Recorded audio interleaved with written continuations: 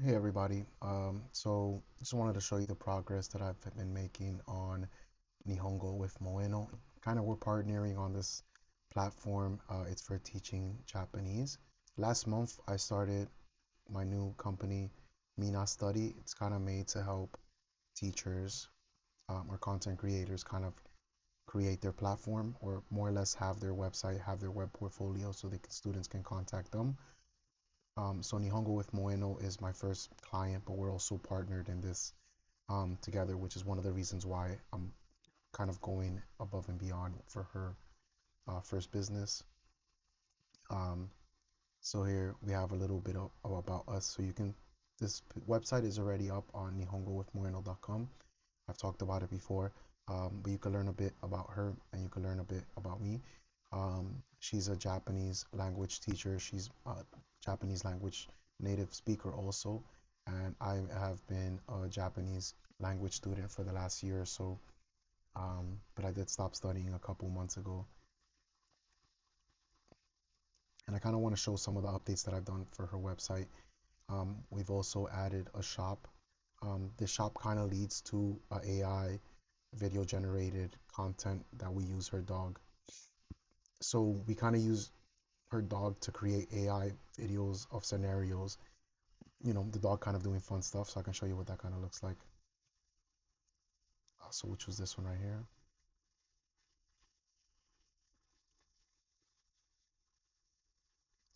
So this is all AI generated, and I'll go ahead and kind of share what I use for this. So I used Ideogram for creating the image, and I used Kling for animating the images. So here we turned our dog into a sushi chef who also fishes for all of their stuff. Um, and we've also used AI to generate the images for her t-shirts.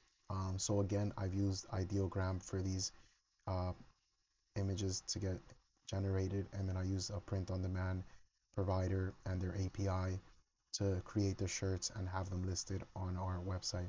So it's as simple as we create a design, we upload it to the third party's website, and it gets uploaded automatically to our website. So if we have any ideas, we can go from idea to t-shirt in 5 minutes. Now let's go back to the main website. Now the main website, I did show some of the features that it had before. We have our wait list. Now before I was using MailChimp to collect the emails, but I'm gonna probably update to using Airtable to just, be able to collect infinite amount of emails, either Airtable or Google Sheets. Um, and we previously added the dashboard. So previously it was called teacher dashboard, but now it's called student dashboard. But if she logs in with her teacher email, she'll be able to log in and view the teacher dashboard. Depending on what email you're using, it's going to push you to the correct dashboard. So I'll show you what that looks like right now. So I'm going to log into a teacher account. And this looks a bit different from how it did before. Before, the first page was just the tutorials, but since then we've added the dashboard and the students tab. So right now you can see she has one student, and all these links are kind of her management links, so they lead to her Slack channel, her calendar. We're using setmore for booking, kind of like for booking her meetings or for scheduling her classes.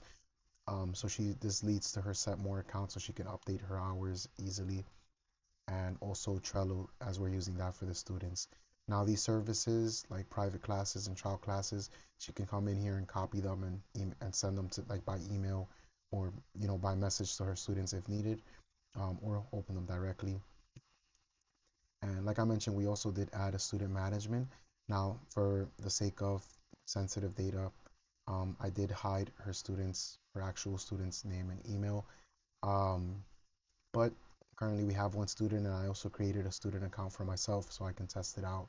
So she can come in here, edit any of the information, and we can also add a new student. So here you can add name, last name, email, and here we can add the Google Meets URL. We decided to do it this way because Google Meets URLs are available for 90 days after the last time used.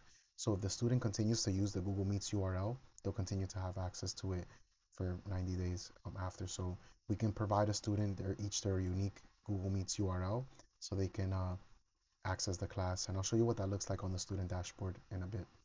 But here she can also provide the student's Trello board, and if we has a unique uh, Slack channel, and if they apply through application, they can provide, well, we would provide our application URL. That way, if we ever need to review it, we have easy access to it. So real quick, what I'm going to do is I'm going to show you the student dashboard. So I'll log out right here. It's going to push me back to the main page. We'll go back in here, we'll log in again, and I'll log into the student account. Now real quick, I want to show you what happens if you log in and you're not a student. So if your email doesn't exist in our student table on Airtable, you're gonna get denied. So real quick, it's asking me to kind of going through the login process, and it says this email is not enrolled with me, Nihongo with Moeno. If you are a student, please use your registered email or contact us for support. Now we'll go ahead and log in with an actual student email, which is another one of my emails. All right, so this is the student dashboard, and this is what it will look like for them. So as you can see here, they have the Google Meets link, and this opens directly for Google Meets, and it shows their next class. Now the good thing about setmore is that they automatically send emails to the students one day before the class, so we don't really have to worry about that. They just book their class. Once we get the booking notification, we add their class to the dashboard. Eventually this will be automated, but for now, we're doing it this way. She doesn't have many students, so this will be, pretty good for now. So currently they just have one class scheduled. This will lead to their Trello board and Slack channel, and this student is on a New York time zone, so it's going to show their time as New York, as Moeno is in Japan. And then here they can also see their classes, join. In the future, we'll add a calendar and also more resources and progress. But for right now, we just have this built out. And we can log out.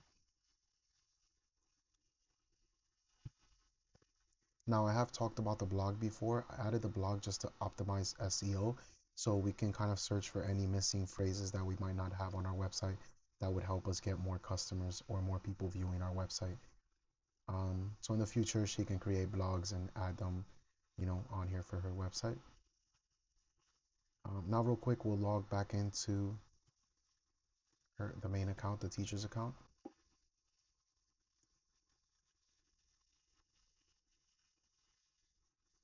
And as I mentioned before in the previous tutorial that I showcased this project, we have tutorials.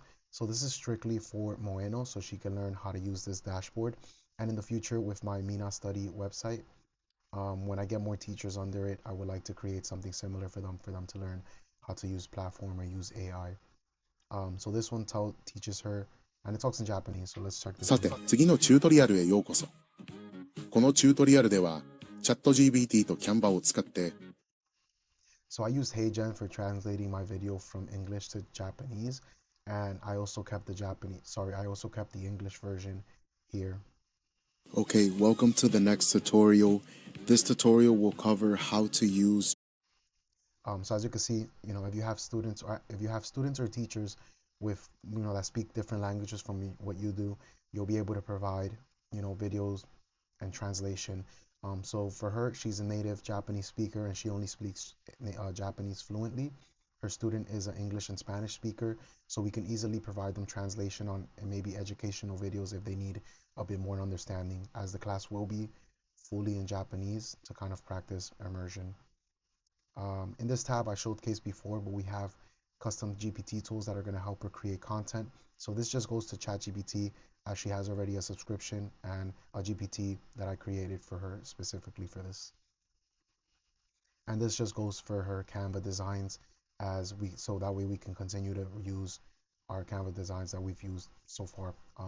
In the future, I will add a little plus button so we can add these in, but right now we're just kind of copying and paste into the code. And then here she can create her blog posts and add styling to it, and that way it looks pretty nice. So yeah, this is pretty much Nihongo with Moeno. Thank you for watching. I'll talk a bit about the technology that I've used behind this. Because this is such a small project, I wanted to stay away from just making a backend before we kind of know what we're doing. So real quick, I'm kind of building everything as it's going. Later on in the future, I might build a backend for this, or I think what I'm gonna do is use this to kind of build more on Minnastudy and allow this to kind of allow me to know what I need in the backend as for teachers later on in the future.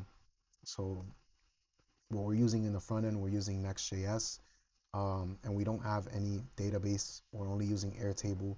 So we do have our endpoints created, but our endpoints are hitting our database on Airbase, or they're hitting the Airtable API.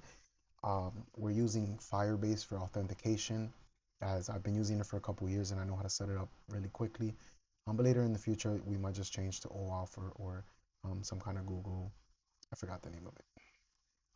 And yeah, that's pretty much it. I think the final thing that I can show you is the pricing. So the pricing isn't available yet as she's not taking on any more students.